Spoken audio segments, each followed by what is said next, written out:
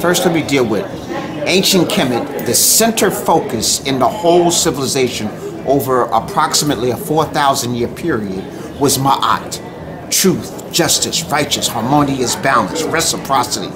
Now, there were times when you have enemies in there, and Kemet went to war to preserve Ma'at. Okay, we didn't get into a more colonizing type of thing to the later part of the 18th dynasty, so-called 18th dynasty, third golden age. But the first golden age, second golden age, absolutely no slavery. Sometimes you'll see people in bondage. Those were prisoners of war, and they had an alternative.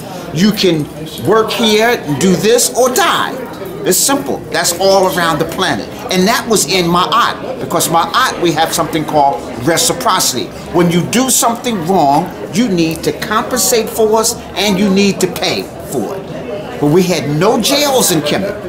There was no jails, there was no slavery. So when you hear the Hebrews spent 400 years in slavery, there's no record of this other than the Hebrew story. And it's correlating to other people's story. It has nothing to do with ancient Kemet. Not only does Kemet have no record of it, no neighboring country has a record of it. So sometimes when you want to check the records, you look at other people who are recording and look at, do they have a place? Did they get 1,000 people coming into their territory at some time?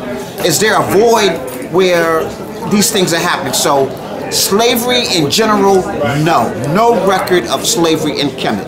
Again, there were prisoners of war. Now, we did have foreign rulers like what they call the Hyksos, and we have records that the ancient people of Kemet complained about the hostile how can I say, attitudes and work and things from the Hyksos to right. That's not ancient Kemet. Look, we got 3 intermediate periods. Okay.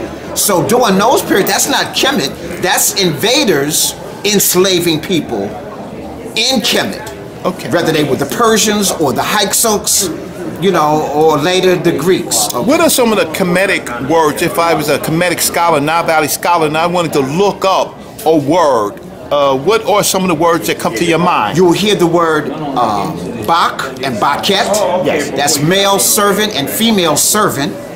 And then you'll hear the word him and Hemet, also meaning a servant. Yes. Okay. Those are words that usually you'll hear.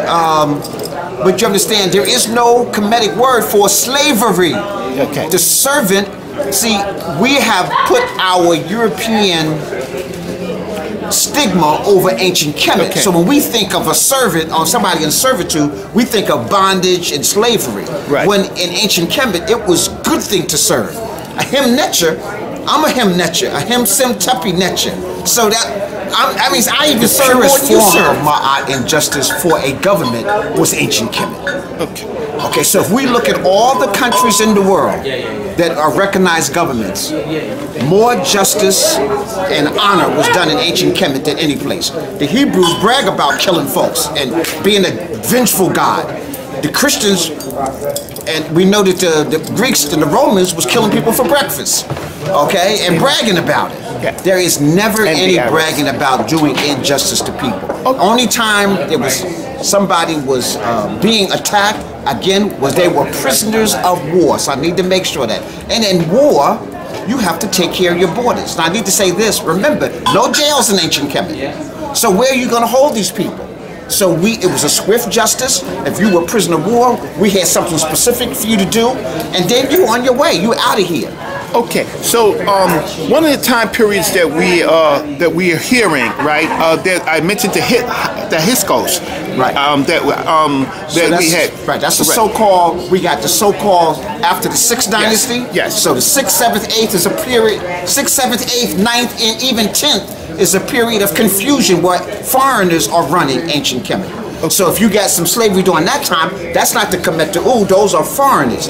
Then Menchu Hotep comes in, unites, kicks the Hyksos out, kicks foreigners out, sets up border control, and believe it or not, your first immigration laws were done in ancient Kemet, and you needed like passports. That's correct. That's where we get this concept from. But then we have peace for the 12th, 11, 12, 13, then the Hyksos come back. That's the foreigners, it's the Europeans. Still not necessarily so much Europeans, but more Asiatics, okay? And so they come back in. So now we're not responsible for anybody who was enslaved during that time. That's the Hyksos. We know what Europeans do. They've never changed. Okay? And then we have the period past. We have Ahotep, we have Ahmose, we have Ahmose. They kicks them out in the 17th dynasty. Now, this period, there's a question that's going on where one of our young scholars is saying that the ancient Kemetu, right, enslaved Europeans. And I want to qualify that, right? We fought groups of people called, like, for example, the Tamhu, right? That was one. We actually had issues in Kish, right? Hittites. Now, the Hittites, are they considered Europeans or Indo-Europeans? Well, you know what? I don't want to get into semantics because I call it Eurasian. All of them were foreigners. Were they white people as we know them? They were non-melanated people. Right. Okay, but they weren't Germanic people. No, because the Germanic at this time were still savages and were not a contest for us. So, so the issue is sometimes we use these words like European very loosely. Right. Well, the Sea people, we defeated the Sea people, and they were Europeans. Because the Sea people actually put it into the Hittites Empire. The Sea people, that's some of these Germanic tribes coming around in the ocean, and they put it into the Hittites Empire. But the Kemetu defeated them. But still, there was no slavery. We just defeat them and kick them out. Y'all be on your way. Okay, so this question will come up, and I don't want to turn this in for someone like you. I mean, a lot of people of our people are hearing these concepts, and so what we want to do is we always want to qualify them with people. So some people want to be blanket in general and say European. We're talking about the Sea people. We're talking about the Tamhu. We're talking about the Hittites, right? From Watuso, right? From present-day Turkey. Yes, all in that area. Yes, but. So some people may claim that Sesostris, listen to Herodotus, went all the way to Europe. When you hear stuff like that, when they say Europe, what do you think that they mean? You see, Europe as we know it today didn't exist as an organized body. You had little clans and cliques. There was no need for Kemet to be going there. There wasn't nothing to trade. There was no commerce going on. We dealt with some of the Greeks would be considered Europeans. Yes. Okay. Right. Rome was still trying to bud, hadn't got started yet, because Rome kind of takes over what the Greeks took over. Yes. So there was no need for us to be going to conquer those people.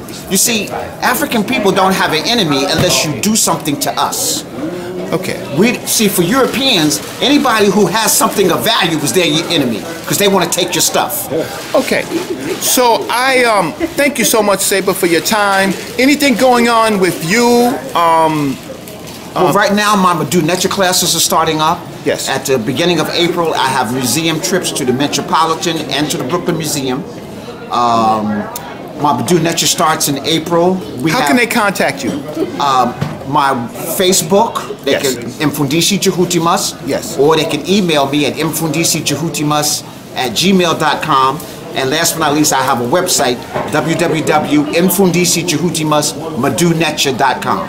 Oh, and we will see you at the Sadneta TV Awards. Right, and we appreciate the work that the brother is doing, and we hope that it escalates, and I look forward to hearing some good things. And we always, for our population, how important is doing Ma'at, speaking Ma'at. Without Ma'at, there is total chaos. You see, let me say this. The universe is in Ma'at. We are reflecting the universe. Stars are not running at each other. Planets are not running at each other. Everybody understands Ma'at. When a government, a people, a community doesn't understand Ma'at, you're asking for confusion, chaos, and destruction. So even in your words, is it truth? Is it Ma'at? Is it going to help the situation or cause confusion? So we do Irit Ma'at, we Sejam Ma'at, right? So we just do Ma'at. And the reward for doing Ma'at is to receive Ma'at.